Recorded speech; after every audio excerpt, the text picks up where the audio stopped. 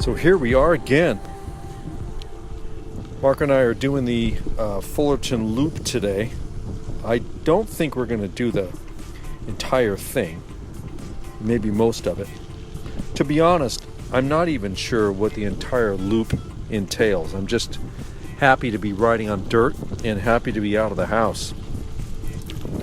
I realized about 2 minutes ago that I forgot to grab my gloves. I think I left them in the car, or maybe they're stuck in my backpack. I'm just too lazy to stop and look.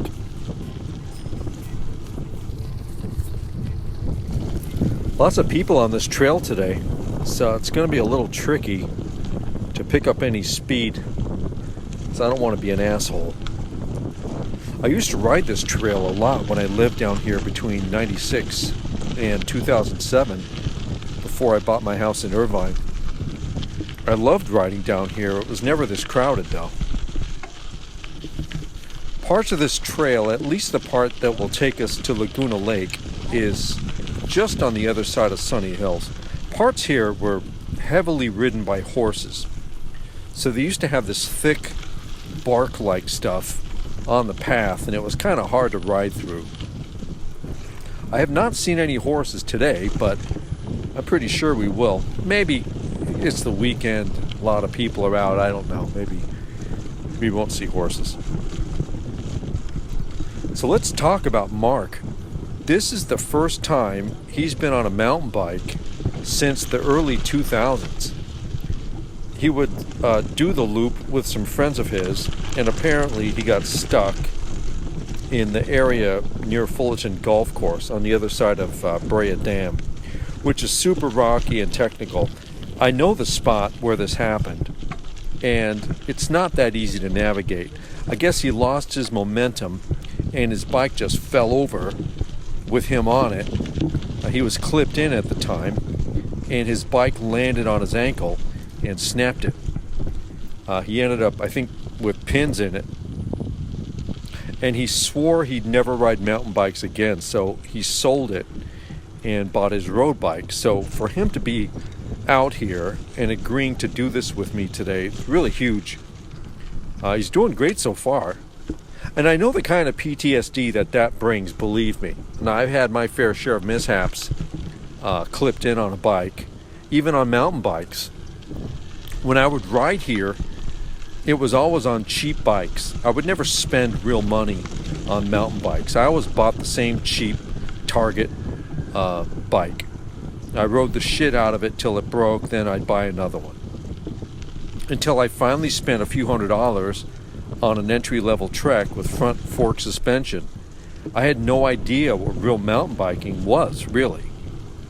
But it didn't stop me from doing stupid shit like bombing down a steep hill less than 1,000 yards from my house, caught my front tire in a rut, went ass over handlebars, took a total header, and compressed a disc in my neck. And I was messed up for a couple of months. But I got back on my bike because it was all I had. I didn't have the money to spend on a road bike, and I didn't care if I died riding my bike. I look at it this way: we're all gonna die. Why not go out doing something you love? So either I die on my bike or bumping uglies. You know, at least I go out with a smile on my face. I sure as shit don't want to die in a hospital bed on a ventilator where my family can't even be with me while I go because I'm contagious. These stories are depressing the shit out of me. And I thought cancer was ridiculous. You know, that's why you see so many mountain bikes. That's why kids ride them. If you want to get into cycling, but don't want to drop more than a couple $100, big box store mountain bike. You know, the bike racks at the schools are flooded with them. But if you're serious about getting into cycling, the first thing they'll try to sell you is a road bike. And if you go to a bike store, whether it's for a mountain bike or a road bike, prepare to spend $1,000. You know, maybe a little less for a mountain bike unless you're looking at full suspension. But anytime someone's getting into cycling and they go to a store and they say, I want to start cycling, the first thing they try to sell you is a road bike. Lots of riders out here today, all decked out in their RoboCop outfits. I'm wearing jeans and a pullover, and I forgot my gloves. Got my platform climbing shoes on too. I don't give a shit, I'm just here to ride. Wear what you want. I think Mark's got his road cycling clothes on. Whatever you feel best in, man, wear it. I like that about riding dirt. No one gives a damn what you're wearing or what you're riding. I could be out here on a Target bike, no one would say anything. Hey, if you go to the website cyclingoc.com, I'll post a map to this on the website, and so you can see where we rode today. And then I'll try to post some information from the MTB Project app if you want to ride this. I'm not sure how long the official loop is. I think it's like 18 miles or something. We're doing around 12 today. But if you want to check it out, it's a great place to ride. It's just really wonderful. It's kind of crowded today, but it's not normally like this. Okay, I think I'll shut up now and play some music over some of this because the scenery's great. And you're done listening to me talk anyway. Thanks for joining us today. I'll see you guys next time on Spokes.